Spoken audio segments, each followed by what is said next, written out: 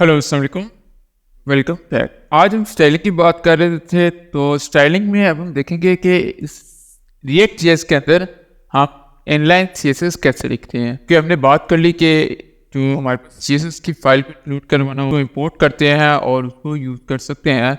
Just like कि हमने यहाँ पे app.js के अंदर app.css को इंपोर्ट किया। अब app.css के अंदर जो भी कोड होगा वो यहाँ पे, फिर हमने इसके प्रोसेस देखे कि ये कंपोनेंट की अगर फाइल हेडर सीएसएस हमने क्रिएट की, स्कोप उसका खाली वो कंपोनेंट नहीं है, उसका स्कोप पूरी ऐप होती है। तो अब हम बात कर लेते हैं इनलाइन सीएसएस की। इनलाइन सीएसएस में जस्ट लाइक हमारे पास हेडर सीएसएस के अंदर हेडर का पैराग्राफ है और हमने इसको ये कलर दिया हुआ है। अब इसकी हम इनलाइन सीएसएस कैसे लिखेंगे? इनलाइन सीएसएस की जब हम बात करेंगे तो जस्ट लाइक कि मैं इस पैराग्राफ में इनलाइन सीएसएस लिखना चाह रहा हूँ, तो वैसे तो इनलाइन सीएसएस हम लिखते थे कुछ इस तरह कि मैं यहाँ पे लिखता स्टाइल, और स्टाइल के बाद हम इस तरह डबल कोटेशन लिख के उसके अंदर प्रॉपर्टी दे देते हैं। जस्ट लाइक मैं कलर दे देता हूँ ब्लू। ऑलराइट, ये हम इनलाइन सीएसएस यूज करते थे जब हम अपने कोई भी ऑलराइट इसको सेव करते हैं और फिर हम देखते हैं। तो अब देखिए यहाँ पे हमारे पास एरर आ रहा है, वो दे रहा है, वार्निंग दे रहा है, कह रहा है कि तुमको style prompt must be an object. अच्छा, यहाँ से मैं काम यहाँ से इसको क्लियर कर देता हूँ ताकि स्टाइलिंग को हम देख सकें। अच्छा, अब मैं यहाँ पे आता हूँ तो अब देखिए हमारे पास style prop expects are mapping from style properties. वो कह रहा है स्टाइल जो प्रॉप है वो कुछ इस तरह की मैपिंग चाह रहा है। तो जब भी आप कर रहे होंगे रिएक्ट जेएस के अंदर स्टाइलिंग, तो वो इतना दिस मैनर नहीं होगी कि सिंपल वाले वे से नहीं होगी, वो आपको कर्ली ब्रेसेस के अंदर लिखनी होगी। अब कर्ली ब्रेसेस के अंदर इस तरह आ जाते हैं। अब इस कर्ली ब्रेसेस के अंदर आप लिखेंगे।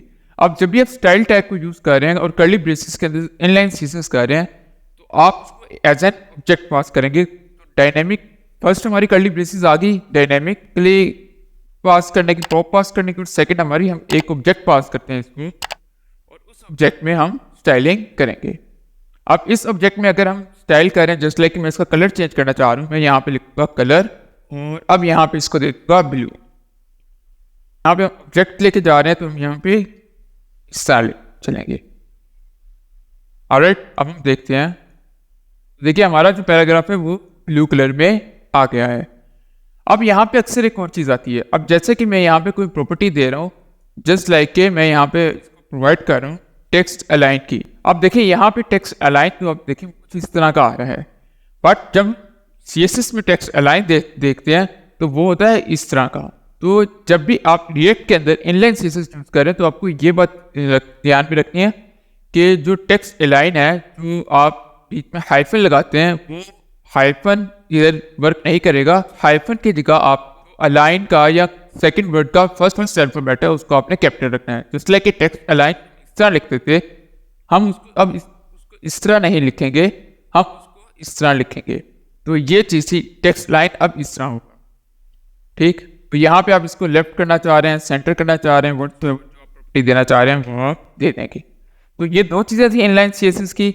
एक तो ये कलर की थी कि आप किस तरह देंगे, एक ऑब्जेक्ट पास करेंगे, ये आपने एक ऑब्जेक्ट दिया स्टाइल को। सेकंड चीज़ थी कि आप जब पे हाइफन आ जाए।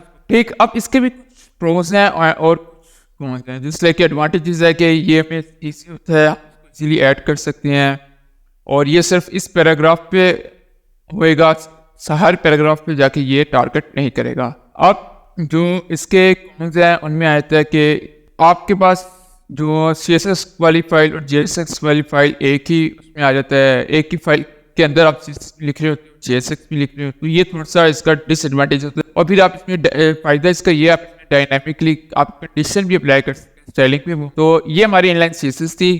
मिलते हैं नेक्स्ट वीडियो में, तब तक के लिए तो आप